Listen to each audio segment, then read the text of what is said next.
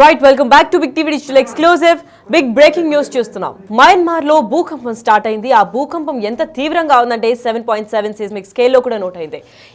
మీరు వినేది కరెక్టే. మయన్మార్ లో భారీ భూకంపం స్టార్ట్ అయినాయి. భూకంపం తీవ్రత 7.7 గా కూడా నమోదు చేసుకున్నారు సిస్మాలజీ డిపార్ట్మెంట్ వాళ్ళు. అంతేకాకుండా ఇప్పుడు ఇటు బ్యాంకాక్ లో కూడా ప్రకంపనలు వస్తున్నాయని కూడా భూకంపం తీవ్రత అక్కడ 7.3 గా కూడా నమోదైంది.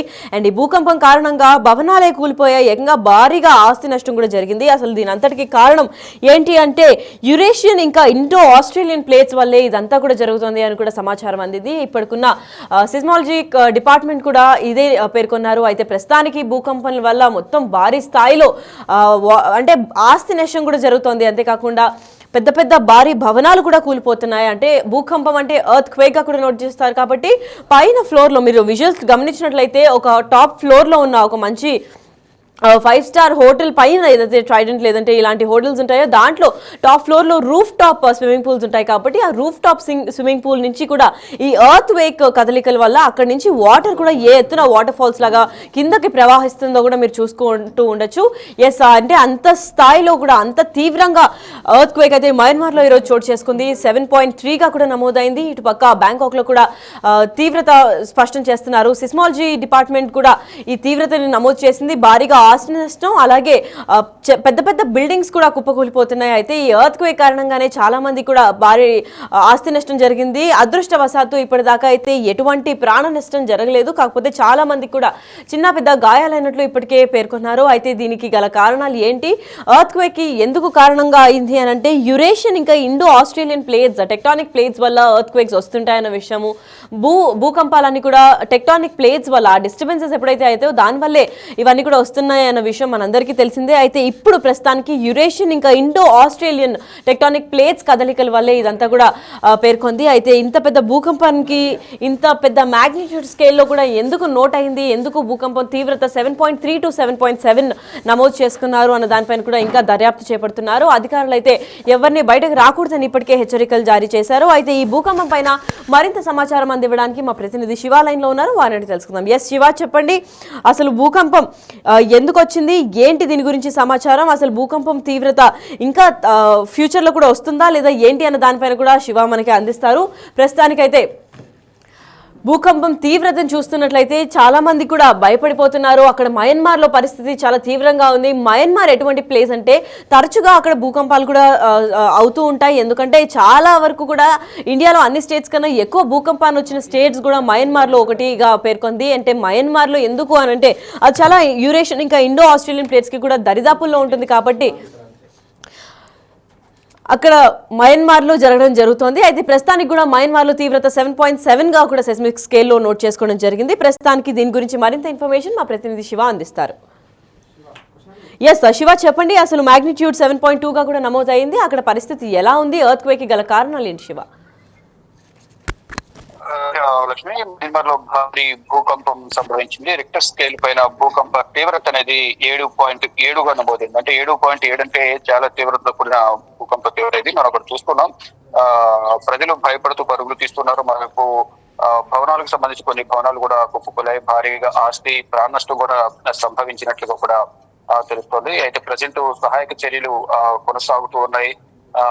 అంటే ఇటు బ్యాంకాక్ లో కూడా ప్రకంపనలు 7.3 గా కూడా నమోదైనట్లుగా కూడా భవనాలు కుప్పకూలాయి. భారీగా ఆస్తి నష్టం జరిగింది.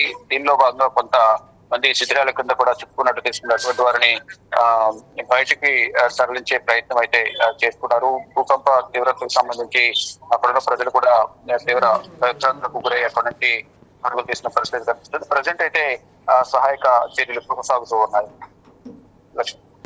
రైట్. అయితే ఇప్పుడు భూకంపం వచ్చింది కాబట్టి ఇప్పుడు అక్కడ అంటే మెటీరాలజికల్ డిపార్ట్మెంట్ కానీ సిస్మిక్ డిపార్ట్మెంట్ కానీ ఏమైనా హెచ్చరికలు జారీ చేశారా? అక్కడున్న ప్రజలకి ఎటువంటి ప్రికాషన్స్ ఇస్తున్నారు శివ? అక్కడ ఉన్నవారు ఎవరైతే ఎత్తైన భవనాలు ఉన్నారో అటువంటి వారిని కొంచెం సురక్షిత ప్రాంతం తరలి వెళ్లేందుకు అక్కడ ఎత్తైన భవనాలు ఉండకుండా ఎందుకు వచ్చేయాలంటూ కూడా వారందరికీ కొన్ని సూచనలు చేస్తున్నారు. ప్రజెంట్ ఏదైతే కొన్ని భవనాలు శిథిలమయ్యాయో, కుప్పకూలాయో, ఆ భవనాలకు సంబంధించి కూడా శిథిలాలను తొలగించి ఆ శిథిలాల కింద ఎవరైనా ఉన్నారో లేదంటే కూడా చూసి వారందరూ కూడా సురక్షిత ప్రాంతాలకు గాయపడిన ఆసుపత్రికి తరలించే ప్రయత్నం అయితే చేస్తూ ఉన్నారు. అంటే మరొకసారి వచ్చే అవకాశం ఉన్న నేపథ్యంలో ఎవరు కూడా ఈ భవనాల్లో ఉండొద్దు అనేది కూడా కొన్ని సూచనలు చేస్తున్నట్టు తెలుస్తుంది. అటువంటి వారు ఎవరైనా ఉంటే బయటకు వచ్చేసి వారికి సమాచారం ఇవ్వాలి, వారిని సురక్షిత ప్రాంతం తరలిస్తామంటూ కూడా సెస్మాలజీ డిపార్ట్మెంట్ చెప్తా ఉంది. మరి శివ, ఈ భూకంపం వచ్చినప్పుడు ఎంతమంది గాయపడ్డారు? ఎందుకంటే మనం విజువల్స్ లో కూడా చూస్తున్నాం, భారీ ఆస్తి నష్టం అయితే జరిగింది. ఏమైనా ప్రాణ నష్టం జరిగిందా, లేదంటే ఎంతమంది గాయపడ్డారు, దాని గురించి ఏమైనా ఇన్ఫర్మేషన్ ఉందా? రైట్, ఈ భూకంప తీవ్రత ఎక్కువగా ఉన్న నేపథ్యంలో ప్రెసెంట్ ఏదైతే ఇంట్లో భవనాల కింద చిక్కుకుని ఉన్నారో వారందరూ కూడా బయటకు తీసే ప్రయత్నం చేస్తున్నారు. కానీ ఇది ఎంత ప్రాణ నష్టం జరిగింది అనేది కూడా ఇప్పటివరకు అధికారిక ప్రకటన అయితే చేయలేదు. గాయపడిన వారి సంఖ్య కూడా ఎక్కువగా ఉన్నట్టు తెలుస్తుంది. అటువంటి వారిని సమీపంలో ఉన్న ఆసుపత్రికి తరలించి ప్రజెంట్ అయితే ట్రీట్మెంట్ అందిస్తున్నట్టు తెలుస్తుంది. సహాయక చర్యలు కొనసాగుతూ ఉన్నాయి. Right, thank you so much for the information Shiva.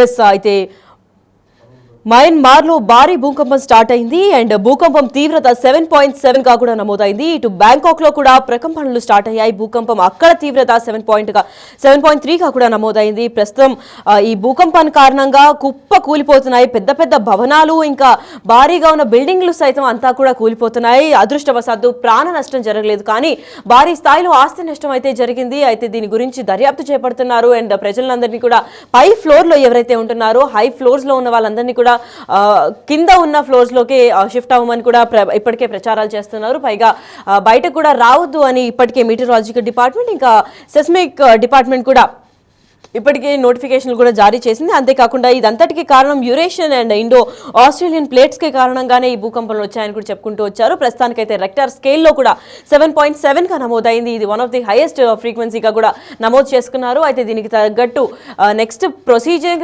ఇంకా నెక్స్ట్ స్టెప్స్ ఏంటి అని చెప్పి మీటియరాలజికల్ డిపార్ట్మెంట్ వెల్లడిస్తే కానీ తెలియలేని పరిస్థితి అయితే కనిపిస్తోంది. ప్రస్తుతానికైతే హైయెస్ట్ ఎర్త్క్వేక్స్ వచ్చిన ప్లేసెస్లో మయన్మార్ ఒకటిగా నిలిచింది కాబట్టి మళ్ళీ ఇంకొకసారి కూడా ఎఫెక్ట్ అయింది. విజువల్స్లో కూడా చూసుకోవచ్చు. అక్కడ పై ఫ్లోర్లో ఉన్న రూఫ్ టాప్ స్విమ్మింగ్ పూల్ నుంచి కూడా వాటర్ ఫాల్స్ లాగా కూడా వాటర్ అంతా కూడా కిందకి పడిపోతుందంటే ఏ రేంజ్లో ఎర్త్ టెక్టానిక్ ప్లేట్స్ డిస్టర్బ్ అయిందని కూడా మనం చూసుకోవచ్చు. ఎస్, ప్రస్తుతానికైతే భారీ భూకంపం వల్ల అక్కడున్న ప్రజలు కూడా చాలా ఇబ్బందులు ఫేస్ చేస్తున్నారు.